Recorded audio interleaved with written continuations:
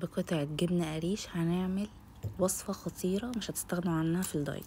اول حاجة هنحتاج 100 جرام من الجبنة القريش، هنضيف عليهم 3 بيضات وهنقلبهم كويس جدا. طيب هنقلبهم كويس ازاي؟ هنضربهم كويس جدا في الخلاط او الهاند بلندر عشان يوصلوا بالقوام ده. هنضيف عليهم نص كوباية من الطحينة الخام غير مضاف عليها اي اضافات، بتكون خام سمسم فقط. هنقلبهم برضو كويس جدا، والاحسن احنا نضربهم برضو في الخلاط او بالهاند بلندر. بعد كده هضيف عليهم معلقة صغيرة من الخل ورشة من الفلفل الاسود، وهنقلب المكونات كويس جدا. الوصفة دي من غير اي نوع دقيق. بعد كده هنضيف عليهم معلقة كبيرة من البيكنج باودر ورشة من الملح.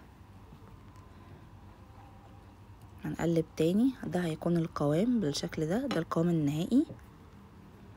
هنجيب عندنا اي قوالب متاحة هنكون حاطين فيها ورقة زبدة ودهنينها كويس، ونوزع الخليط بالشكل ده.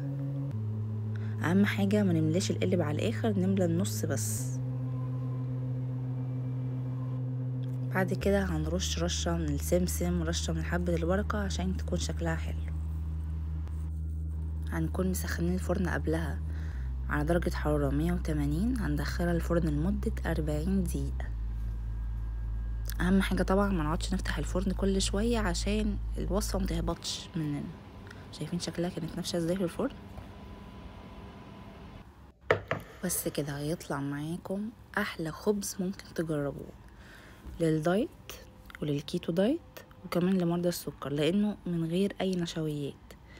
شايفينه واخد لون ذهبي ونفش وشكله بجد خطير. يعني ده مش متخيلين ان ده خبز، ده بقى مش عارفين شكله من جوه عامل ازاي. دلوقتي هنفتحه، بصوا مفرغ وهش ومستوي 100%، وطري طراوة مش طبيعية.